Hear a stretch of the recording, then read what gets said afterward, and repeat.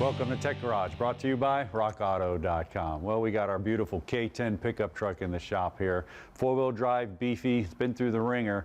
But you know the good part about it is, Brian, this one's a no-brainer, man. Those pieces I had up there in the driveway and the fluid breaking out, there's even a hole there.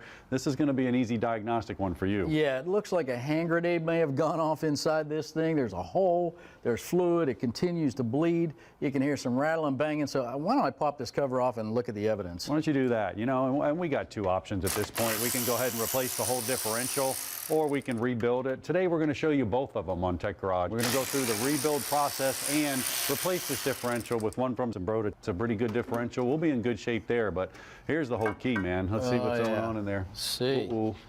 Wow, take a look at this, Brian. Look, I'll tell you what. Oh, yeah. Perfect. Yeah, there you go. Were you driving when this happened? It's coming apart. There's no doubt about it. Sweep back up in here with a magnet. Oh yeah, we've got some more fragments there. Look at that. Absolutely. Let me bring you up to speed. We actually knew we were going to have to replace the differential because of all the damage inside of there. So we went ahead and took out the actual drive shaft. We removed the brake lines that come back. I got this one separated here. It's nice. It's an older truck. It's easy to work on. Yeah. Now we just start pulling the differential. I mean, there's really nothing to it. A couple of U-bolts, some shock absorbers. Yeah. A couple of tips though. You know, I really supported this thing well in the front, Brian, when you're lifting a truck like this. If you have a lift, remember all your weight's in the front of this truck. There's nothing but a bed on here and a differential. Once this comes down, boom, that truck's going over. It's heavy. Yeah, so we're pretty well supported. So what's your first step over there? Same thing. Just like if you're working in your driveway, you got to have it stable at all four corners of the vehicle to tackle this project. I think for me, I'm going to go ahead and get this shock off. The upper U-bolts, I got them cracked loose. We'll get them and get the weight. Now, you've got it supported very nicely, but the weight's going to be free floating here at that point, and we can just back it all down. Absolutely. But disconnecting everything in advance and anticipating that is a huge tip and time saver. Yeah, it will. And he's got this bar down here, some kind of track bar. I don't know. We'll just take that with it. I'm not sure if that's too necessary there. All right. We'll come through and go ahead. Let's nail these shocks. And okay. Sometimes you have to encourage these lower mounting bolts out. This one got lucky. That came right out nicely.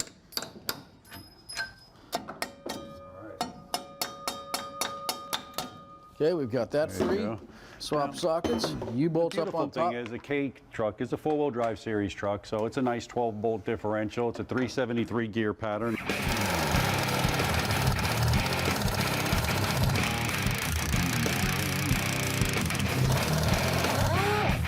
Brian, once we get all those off, now we want to support it, so slow down a minute and give me a chance to get caught up to you. So here's the deal. I'm going to go ahead and let you give your first shot. Support it, hold it. We don't know if it's going to come or not.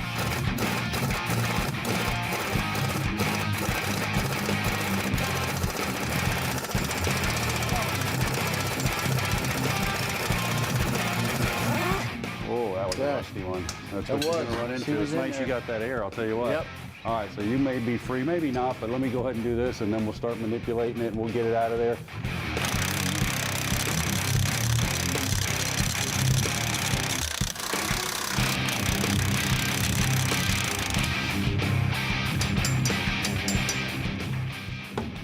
Quite sure if it's going to come down or not. Let me take a little bit of the weight off here with the jack stand. Yep.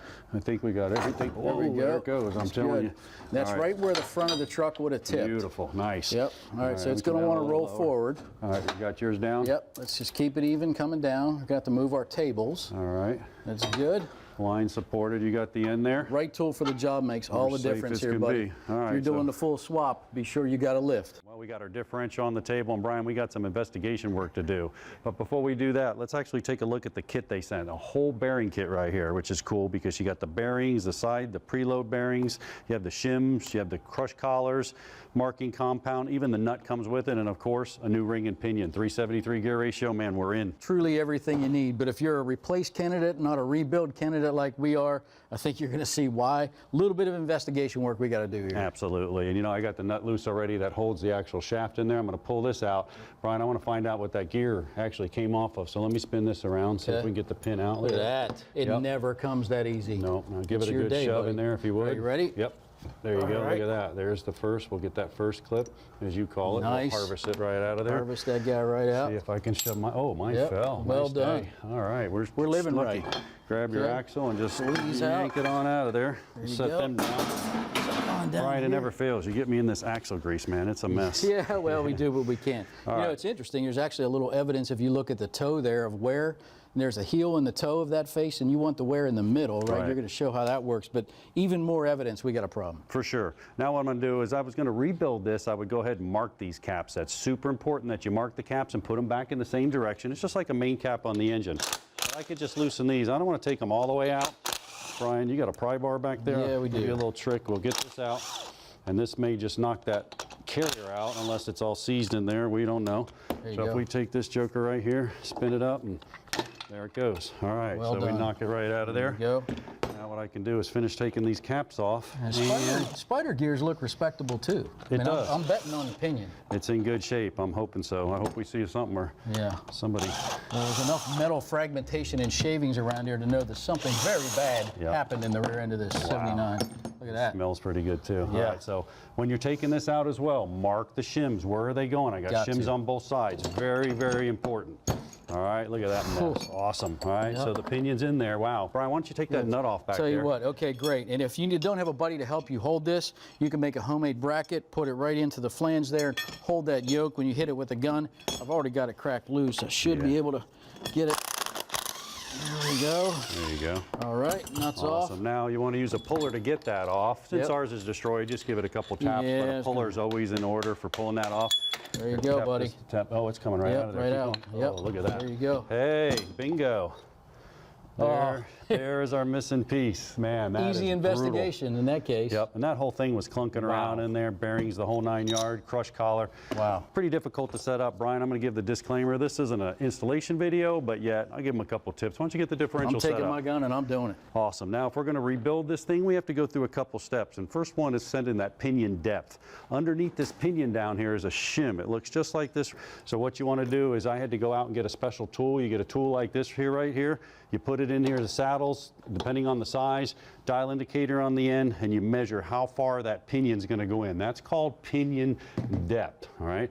Then we're going to do a deal called pinion preload. Now, pinion preload is actually using that crush collar you saw right there. Now, once it's crushed, you can't reuse it. So what you want to do is you want to put it on there, put your pinion in, and then get you an inch-pound torque wrench with some kind of beam. This one happens to be a 1/2 inch, but we'd spin it, and we would watch how much preload it takes to spin that on the actual differential itself.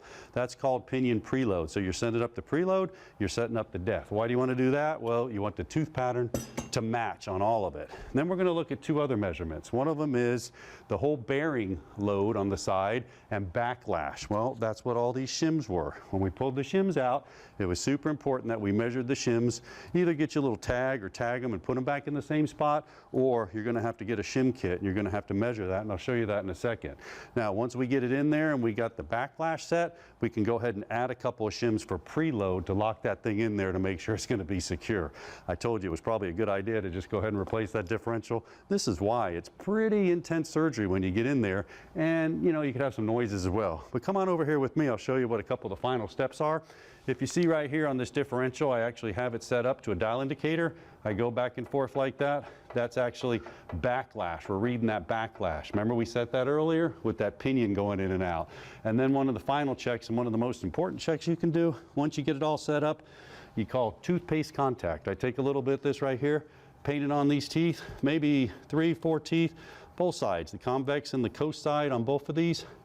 And then what I'll do once I got it painted on there, I'll go ahead and rotate it around and I'll read the toothpaste contact. That's important. So if I come around here and get it into that pinion, make sure it goes into that pinion, I spin it around, and then I'm going to look, where did it contact? Now take a look at this graphic right here. This is why it's so important, because if it contacts on the bottom of this tooth, you have toe contact. Up on the top, you have shim, you have heels, you have face. Just depending on which way, you increase backlash, decrease backlash, or pinion shims. It's pretty difficult. So we chose to put the new Zimbrata differential in there. That's going to do the trick. Brian's underway. He's going to need some help. Man, I've got this thing looking good, and the axle too. Man, what you been doing over here? I mean, you got nowhere. Hey, I had to put a chrome differential cover on it. It's the start of a good restoration, and I want to see how good I look. Yeah, you're one hair. Here, grab this joker here, get your blocks in there.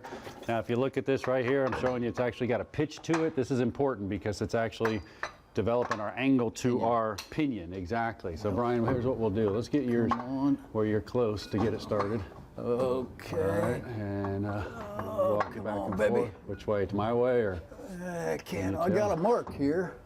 Let me come down a little bit. in the center of it? Feel good right too there? far. Yeah, try that. There we go. All right, We're good. perfect. Bring mine up. And this Yep. is why you need 2 people. This thing is Got to. massive, man. It's a beast. Got Look to. at that. Nice. Yeah.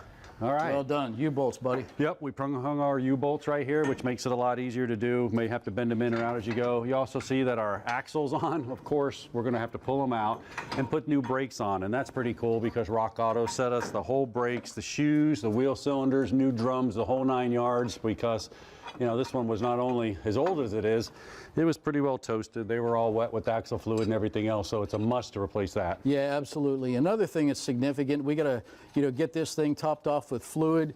We've got some Spicer friction modifier, which will be really helpful in the break-in period. And everybody's got different theories on break-ins, but here's the deal. Take it easy. Go 300 to 500 miles, replace the differential fluid, lubricant again, check for metal fragmentation in there, make sure there's no damage being done, but take it easy on all that so much steel that John showed you, this heat that you got to dissipate. So take it easy on all that. It's like an engine. I mean, it's going to go ahead and it's going to start to wear out after time or wear the patterns in there, and you got to get that fluid back out of there.